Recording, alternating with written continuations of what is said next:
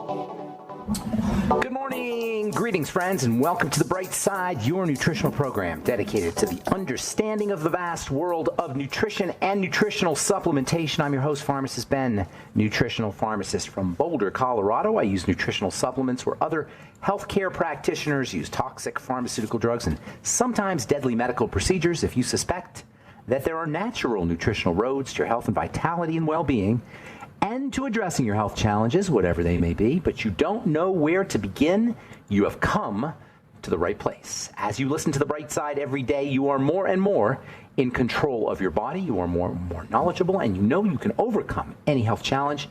That is why we are here every day on The Bright Side, helping clear up the sometimes confusing world of nutrition and nutritional supplementation. Over the last 33 years of practicing pharmacy, I have seen drug-free recoveries from diabetes, hypertension, obesity, skin diseases like acne, psoriasis, eczema, rosacea, digestive ailments, autoimmune issues of all kinds. Recoveries that by the standards of modern medicine can only be called a miracle, but what is in the world of the body, what is in the world of biology, standard operating procedure. Because the human biological system is a healing system, it's a regenerating system. It is designed divinely to heal and renew itself on a moment-to-moment basis, and while some folks may call that a miracle, it really is just the way the body works. If you have questions about health, nutrition, prescription drugs, if you want to wean yourself off your meds and get on a good nutritional supplement program, we are here for you on The Bright Side at 844-236-6010. If you have questions about the longevity products, longevity business, health challenges that you or a loved one is dealing with, or if you have a comment or success story you'd like to share, we love hearing from you. 844-236-6010 is our number on The Bright Side. If you want to purchase longevity products, go to brightsideben.com, pharmacistben.com, or criticalhealthnews.com, or call 866-735-2470, 866-735-2470. And don't forget to take a look at our True Skin Health products at truthtreatments.com. If you're an esthetician or you're in the spa business, we have back bar products and masks and peels and other fun stuff that you can use in your back bar and you can use in your spa or salon. Check out truthtreatmentspro.com for that.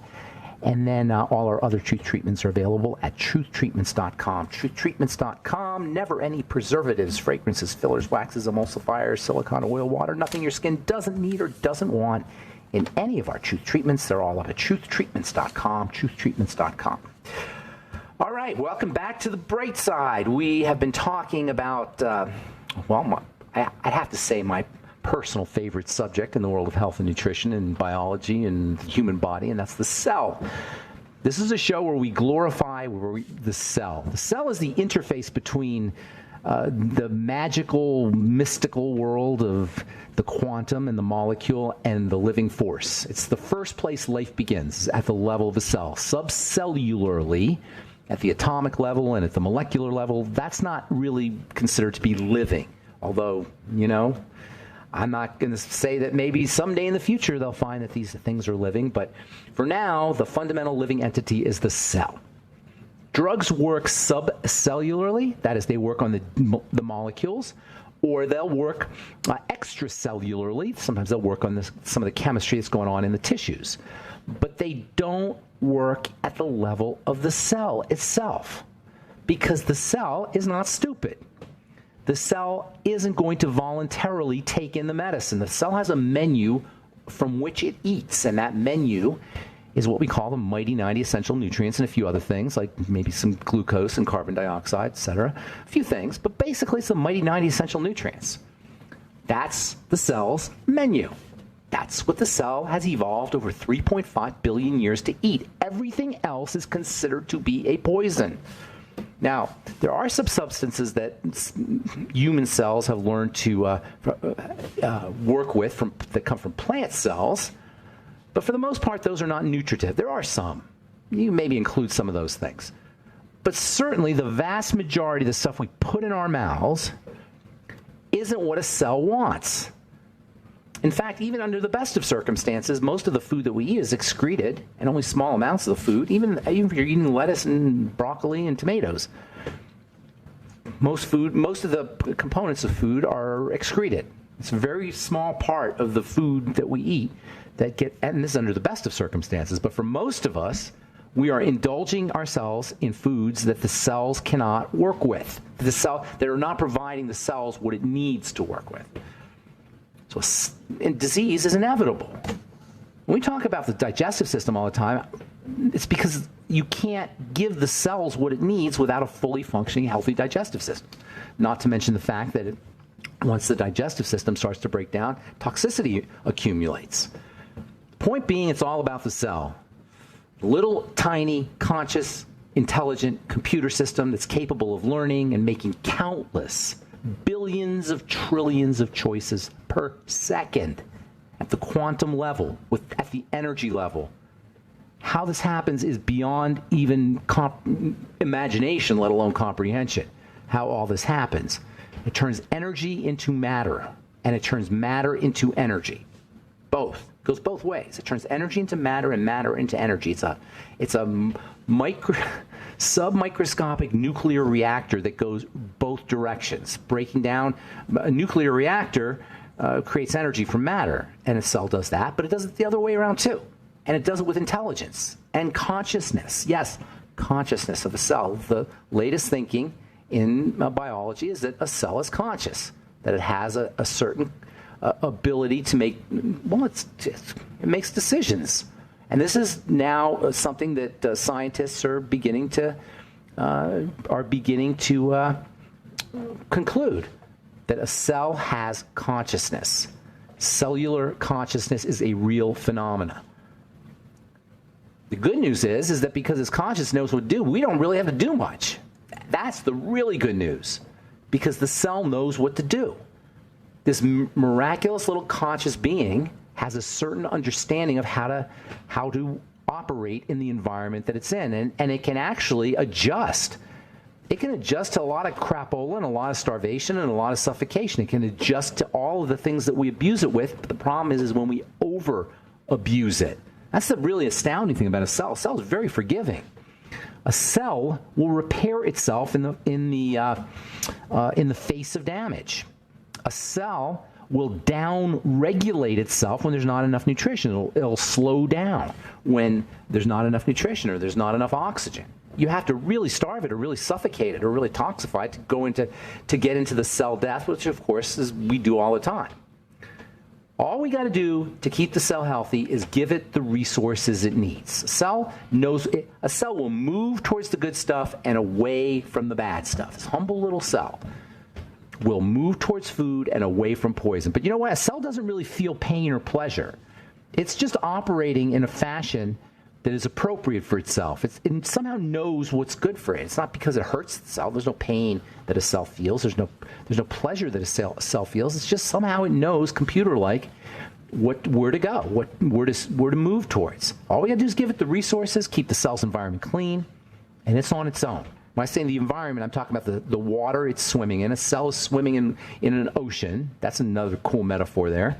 A cell is literally swimming in an ocean, and around that ocean you've got, and that ocean, by the way, is made up of magical structured water, which the cell itself structures. How cool is that? The cell itself induces a structure out of the water that's around it that's crystalline, among other factors. You get this crystalline structured water that's within the cell and without the cell. And then you've got the matrix, the jello that all the cells are sitting in, called the extracellular matrix. That's what jello is largely. A living, healthy cell, when you take into account the fact that it's got millions, trillions of working parts, is the most astoundingly perfect entity in the universe. It knows how to be, how to live, how to exist, how to make decisions without our help, with the exception of resources, that's oxygen, nutrition, and cleanliness. And it's nothing but our silly human arrogance that presupposes that drugging the system or somehow removing things out of the system or electrocuting the system can somehow make this system, this incredible, brilliant, 3.5 billion year old intelligent quantum computer that is fully able to adjust to a wide range of disturbances, can be made somehow better with anything that the doctor can do. All right, I'm Pharmacist Ben. 844-236-6010 is our number. We'll be back right after this.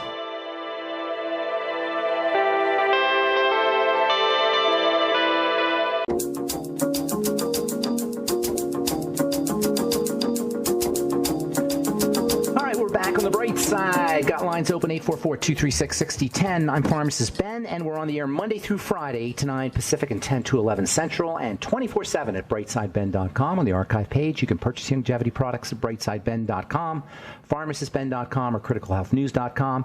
We do videos and news stories and blog posts on all our websites, and also longevity products, of course, and also a Join the Team Now link that you can click on if you want to start a longevity business, or even if you just want to get your products at the wholesale price. That's 866-735-24/7 if you want to talk to a real person, or also click on the Join the Team link, brightsideben.com, pharmacistben.com, or criticalhealthnews.com.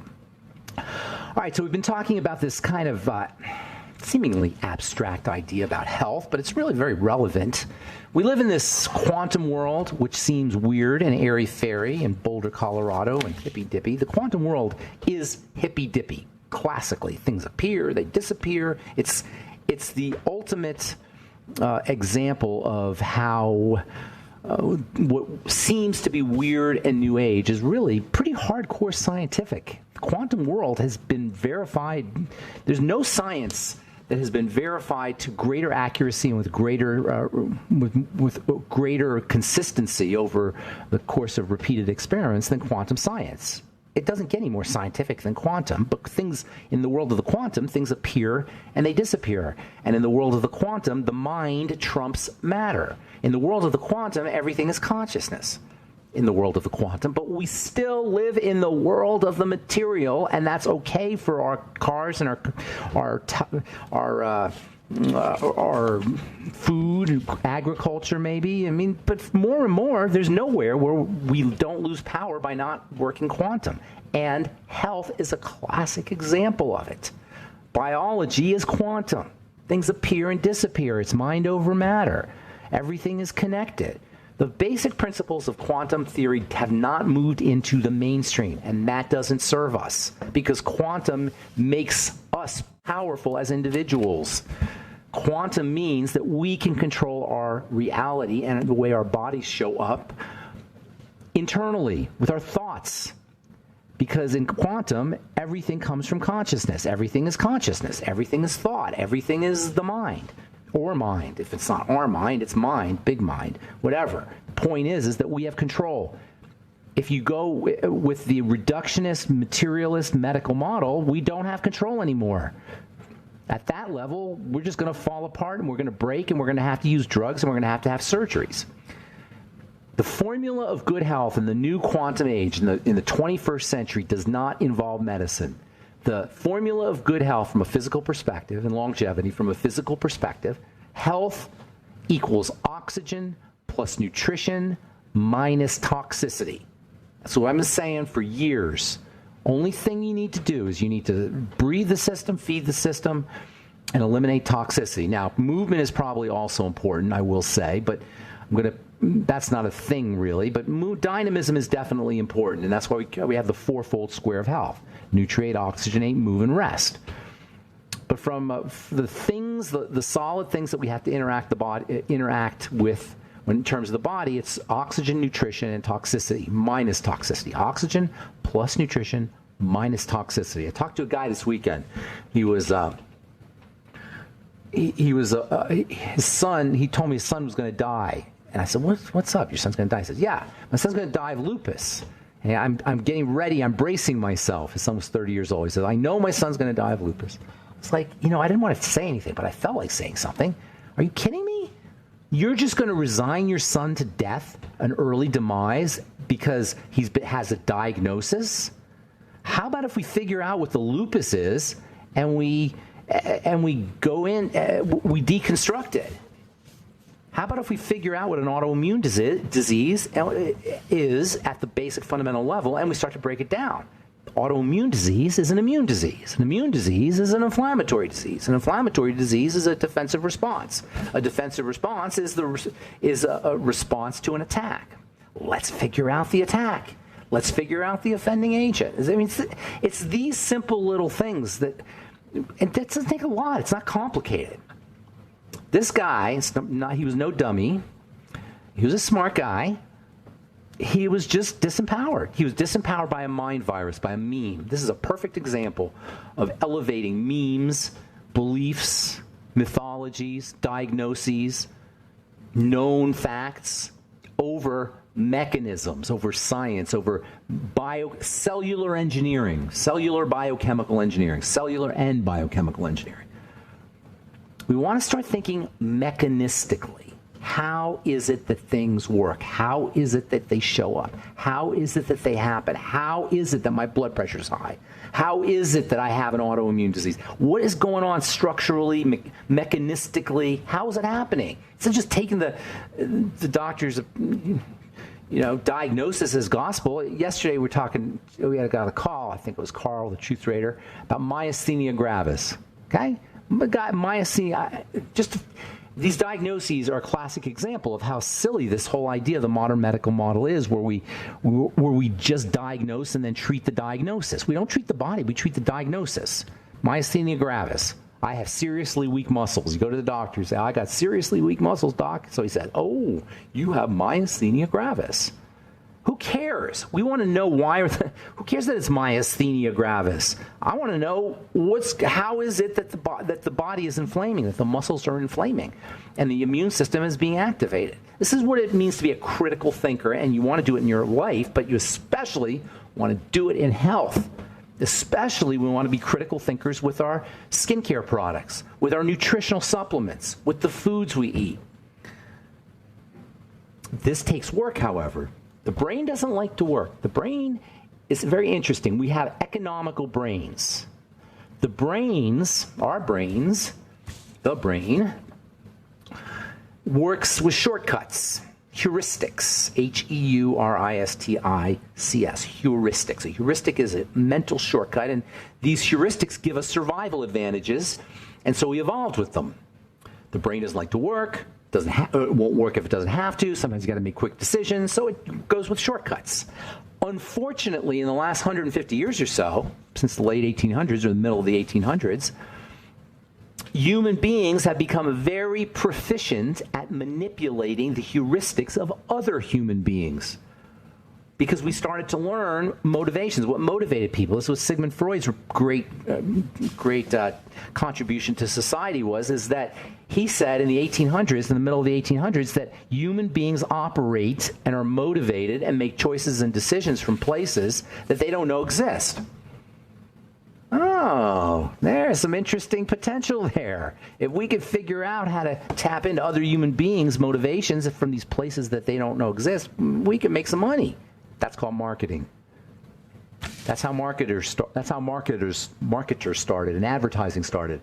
Marketers and advertising started when Sigmund Freud made the great discovery that human beings operate from subconscious places that are programmed into them at a very early age. And it's no accident that Sigmund Freud's nephew, Edward Bernays, is the father of public relations, and all of this started in the 1920s, and we are now sowing or harvesting the terrible fruit by virtue of our ill health, at least partially anyway. All right, I'm Pharmacist Ben. 844-236-6010 is our number. We'll be back on the bright side right after this.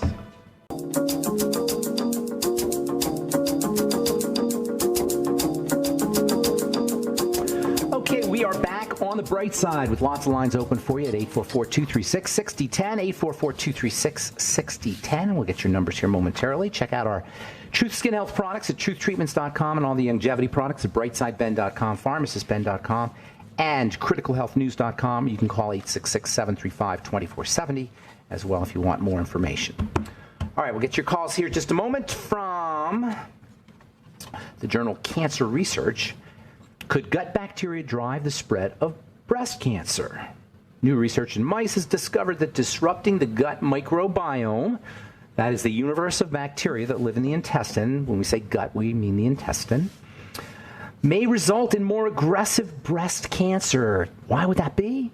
Well, gut bacteria eat poisons. Gut bacteria produce poisons. Gut bacteria is especially important for processing fats. Fats are, there's a very important relationship between fats and fatty tissue, and fats and cancer, and fats and breast cancer. 5 to 9% of breast cancer cases are already metastasized at the time of diagnosis. That's because there's lots of lymph in the breast area, and the lymph is where toxins and fats both reside, or both travel, I should say. There's a very important relationship between the intestine and breast cancer, between the microbiome and breast cancer, between the lymphatic system and breast cancer, and between the immune system and breast cancer. According to this article, another factor that may influence the spread of breast cancer is having a high level of immune cells present within the tissue. Yes, immune cells. Now, this is an article that refers to metastases, but you can rest assured that even just getting breast cancer, which affects 1 out of every 8 women, and is just a horrible thing to have to live with, or have to think about even, not even just to live with, but just to think you might get it. Live a clean life. Eat clean. Make sure you're supplementing. Focus on fats. Use fiber. Make sure you're eliminating. Make sure you're dealing with any emotional or mental health issues that you may have. Stress, cortisol, prolactin, estrogen. The breasts are very sensitive to stress hormones. Use nutritional supplements, fats especially, omega fats, your ultimate EFAs, vitamin E, fiber, anything you could do to support the processing of fats, bile, digestive enzymes, probiotics. These are all majorly important strategies for preventing, or if you have breast cancer, for recovering from it. Selenium, zinc, the mineral selenium is the mineral zinc, the mineral magnesium. All of these are incredibly important for the detox system, for helping the body process fats, and for keeping cells healthy. Movement also, the lymphatic system, when the lymphatic system is clogged up, disease is inevitable. This is one of the major reasons why movement is so important. Movement, there's a lot of reasons, but for one of the most important reasons is the lymph depends on movement. The lymphatic system depends on jumping up and down. If you're starting to feel like you're getting a cold, you can kind of feel that sluggishness in your circulatory system before you even get a cold, let alone when you have a disease. A disease is an example of an extreme stagnation in the circulation. By the time you're diseased, by the time you're blatantly diseased and out of ease and have a diagnosis and you're interacting with the medical community or the medical model, you can rest assured that stagnation has accrued and accumulated to the point where it is very, very dramatic. We all have a certain degree or many of us, kids don't, but as we get older, many of us, if not most of us, have a certain degree of stagnation. But by the time you're frankly diagnosed, or your body is completely blown up with some kind of disease symptoms, you can rest assured that the stagnation is dramatic, and getting on a rebounder can be very helpful. Oh yeah, here's another one for improving the movement of the lymphatic fluids and the circulatory fluids. I'm talking if you have breast cancer. You ready for this? Breathe. And I'm not talking about just breathing. I'm talking about breathing to where your diaphragm goes down, your belly goes out, your rib cage expands on the inhale, and where you blow everything out completely or relatively completely on the exhale. You can stop in between breaths if you want to supercharge your body, or you can do what's called circular breathing where you don't stop. Either way. Breathing supercharges the body with electricity. It is so ironic to me that we have this seeming epidemic of fatigue. Everybody's addicted to coffee and caffeine and Coke and Mountain Dew, and we have this amazing access to energy through respiration. Inhaling and exhaling, electrical energy. The body becomes electrified when we breathe. You can actually feel it. You can feel yourself supercharged. Breathe in and out 20 times. In and out, breathe correctly, in and out 20 times. At the end of 20 times, hold your breath, and you will feel your body just supercharging with energy. The last breath should be just an inhale, hold it, and you can feel that energy. You feel supercharged. You can do that whenever you want. It's an amazing way to electrify and energize the body, improve the flow of fluids, lymphatic fluids and circulatory fluids, upregulate the electrical energy that's generated from those fluids, improve nutrient delivery, and detoxify. And I know myself, I know good and well how important it is to breathe, and I find myself not breathing in the middle of the day. And so I have to remind myself, if I'm feeling tired, that's my cue. But I notice I'm not breathing, and I know about it. It's just how we're conditioned and how we grow up for lots of reasons. Babies breathe just fine. Watch a baby breathe when a baby's sleeping. That's how you want to breathe. In and out, belly out, rib cage out. Rib cage should expand. Your lungs expand. You're breathing in 3 areas. You're breathing in your belly, you're breathing in your lungs, and you're breathing in your head. And the head is very important. That's why nose breathing is so important. You actually activate in the top of your head or in the center of your head, right over your nose, you activate receptors that secrete secrete all kinds of wonderful hormones, relaxation hormones, nitric oxide hormones, happy hormones, energizing hormones, vasodilating hormones for more oxygen, opens up the blood vessels. Disease is stagnation. Dirty blood is the exact opposite of what happens when we deep breathe. Dirty blood is a constriction, a stagnation, a closing down. Breathing opens everything up. It's one of the best ways to counteract dirty blood. The problem with dirty blood is, indeed, once the blood becomes dirty, oxygen is not delivered as effectively. So oxygen not only helps thin the blood, oxygen is a great blood thinner, not only does it help thin the blood and improve movement, but oxygen also stops the problem. It keeps the problem from happening. The problem is poor nutrient delivery. Oxygen improves the delivery of oxygen as well as nutrients. Oxygen improves nutrient delivery. Oh, here's another thing. When you breathe, this is, nobody ever talks about this one. When we eat food, in order for that food to get converted into energy, guess what you need to have? Oxygen. So the more you breathe, the less you're going to eat. Breathing is one of the best appetite suppressants there is, because you're going to be satisfied with less calories, because you'll be making more efficient use of those calories by breathing. Making sure you're practicing your slow, deep breathing techniques before you eat is a great appetite suppression, weight loss strategy. Not to mention it will add years to your life. All right, I'm Pharmacist Ben. 844-236-6010 is our number. You're listening to The Bright Side. We'll be back right after this.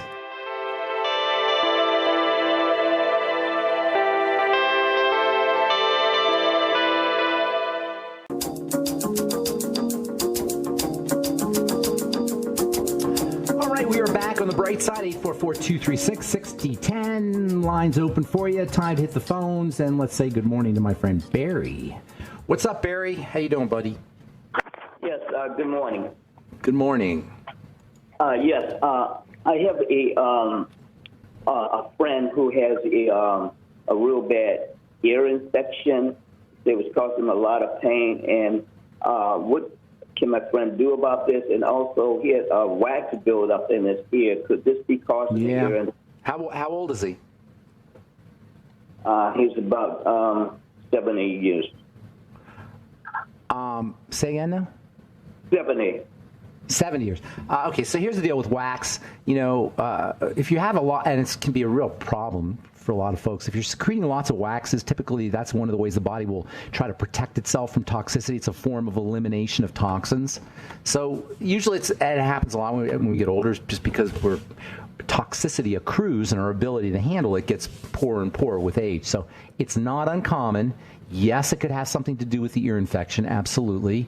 But once the infection's there, you're dealing with, antibiotics. I would go local if they can do local antibiotics, but he may need, you don't want to mess around with that.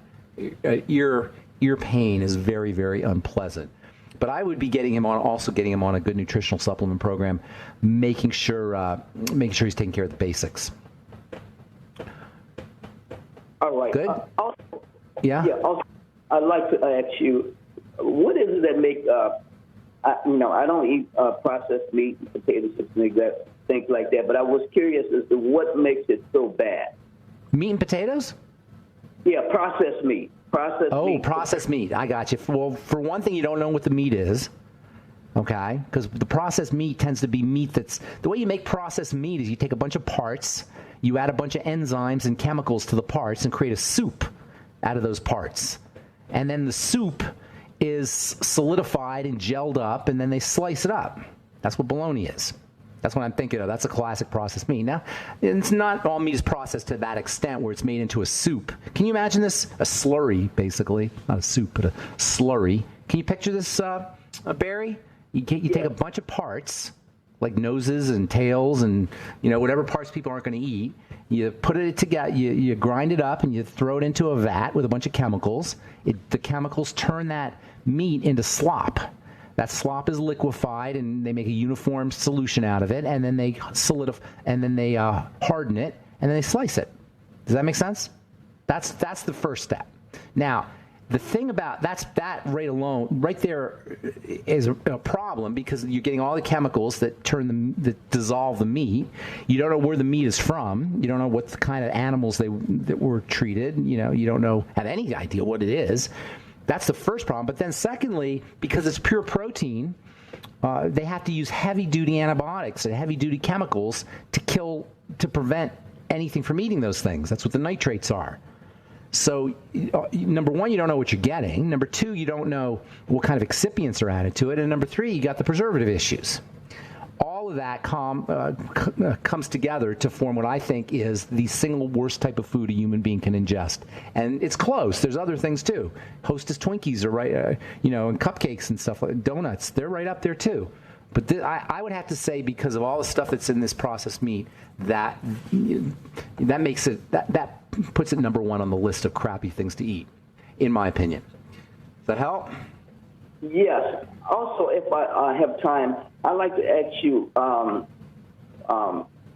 Alzheimer's, because I've heard Dr. Wallach say that it's caused by a lack of cholesterol, and so I was wondering what was to say it's caused by lack of cholesterol is a little bit much, in my opinion. There may be a lack of cholesterol involved, and I don't know if it's so much a lack of cholesterol as much as it's a lack of the ability of cells to utilize cholesterol. And to get into the specifics of it, I don't know the exact specifics of it, except to tell you that it involves general deterioration of brain tissue, general cellular death, neuronal death, neuron death. Whether cholesterol, it's not like you can eat cholesterol and not get Alzheimer's disease, what I'm saying. It's probably involved, and it's more about the cells utilizing cholesterol than it is about just not having cholesterol around. Just because cholesterol is in the bloodstream and it's in the body doesn't mean it's going to get into the cells. That takes work. That takes chemistry. That takes nutrition. That takes cofactors. There's a lot of things that have to go right for that to occur. That's the problem. The problem is going to be in the destruction and deterioration of brain tissue, which as always has to do with brain cells, which as always has to do with cellular starvation, suffocation, and toxification. That's it. So it's not like lack of cholesterol causes. It's involved, we'll say. All right. I haven't heard Dr. Walk say that, though. Did he literally say that lack of cholesterol causes Alzheimer's? Yeah, well, if you don't get cholesterol, you will get Alzheimer's. That's I can't speak to Doc. You have to ask Doc Wallach about that. That sounds a little much to me, but you'll have to ask Doc about that. All right. I'm going to motivate here, Barry. You got anything else for me? Keep up the good work. All right. Thank you, Barry. Have a beautiful day. All right. Let's go to Bob in Minnesota. Good morning. What's going on, Bob? Hey, good morning, Ben. Hey, I read an article on the internet in regards to gut bacteria, and I just wanted to see what you might know about this and concur. Say again? Basically, and if you concur. Okay. Basically, it's talking about GMO seeds, genetically modified seeds. Basically, the design is basically with built-in pesticides in the seeds, so that more they call them Roundup Ready. Okay. So what it's claiming, though, in this article, basically, is that GMO transfers, or that bacteria, I should say, the pesticide, transfers into the DNA of the gut bacteria. I could very well be. I could see that. Yeah. And just like fluoride in the water, we have no idea how much GMO or genetically modified we're ingesting, how much of this pesticide we're ingesting. And they claim then that it modifies then our gut bacteria. Absolutely.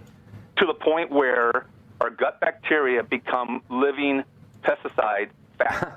I hadn't heard that, but that makes perfect sense. The chemistry's there. I mean, I don't know that there for a gets to be a fact. point where you can't even keep your gut healthy anymore. You're 100% Does that make correct. sense? I mean, 100% correct. That's why people get sick and they say I eat great and I only eat organic, but the water that's raining on the organic crops has got pesticides in it. It's got glyphosate in it. So your point is 100% well taken. We have trashed the environment to the point where there's just a minimum level of toxicity and abuse. There's a baseline level of toxicity and abuse that the body has to deal with. Period. There's no getting around it. Now, I don't care how clean you're living. And you get to a point of diminishing returns where you're taking bacteria, good gut bacteria yourself. Yeah. And you're at a point where you can't even overcome the bacteria. That's where. Well, a couple things. First of all, your point is 100% correct, and I totally agree with that. Number two, you want to control what you can control. You want to do whatever you can do, okay? You don't want to throw up your hands and say, I'm not going to do anything. Yes, what you're going to be doing is less effective than it would be otherwise, but you can do something. And then number three, this is where you want to operate on the spiritual, mental, and emotional dimensions. You follow me? Yep. So you have power on those levels. And the spiritual, mental, and emotional levels will always give you some control over what's happening physically, and you want to learn to leverage mind power. Absolutely. You want to learn to leverage the power of your feelings and your emotions, and you want to learn to tap into spirituality. And I don't say anywhere near enough, although I've been saying it more and more lately because, I can't honestly be a healthcare professional without saying those things. And your point is 100% well taken. We just have crapped the environment up to the point where there's no way to completely be clean, from the water we drink to the air we breathe to the food we eat. But you can do what you can do. You control where you can control, and you learn to leverage the power of spirituality, of mentality, and of emotions. Yes, sir. Go ahead. I want to take a deep dive on woo-woo then. So theoretically, a person that is a guru that has perfected meditation, very careful about the food to eat. Yes, that's called biofeedback. They can control their bodies. I don't know to the degree, but yes, they can control their bodies. That's my question. Could they actually control? Being that we are a crystalline semiconductor that switches instantaneously. Yeah. Could he then control it like a placebo effect? Of course he can. That's what the placebo effect is, Bob. That's what the placebo effect is. We all do it. You don't have to be a guru. You don't have to be a guru. The average person does it. What if you don't take your supplements and you just go through that placebo effect, and now you're getting your body to react properly? I don't see why that shouldn't be. I don't see why that shouldn't be possible. You just take your body into thinking that it received vitamin B and it received vitamin D or whatever. That's you're in the realm of theory and hypothesis. I don't know, but it seems to me like that should be possible. I don't know the answer to that question. Hey, I'm enjoying talking. You should call earlier. We could have a nice little conversation. I appreciate that. Thank you, Bob. Have a beautiful day. I'm Pharmacist Ben. Have a wonderful, beautiful, awesome, spectacular day. We'll talk to y'all later. Bye for now.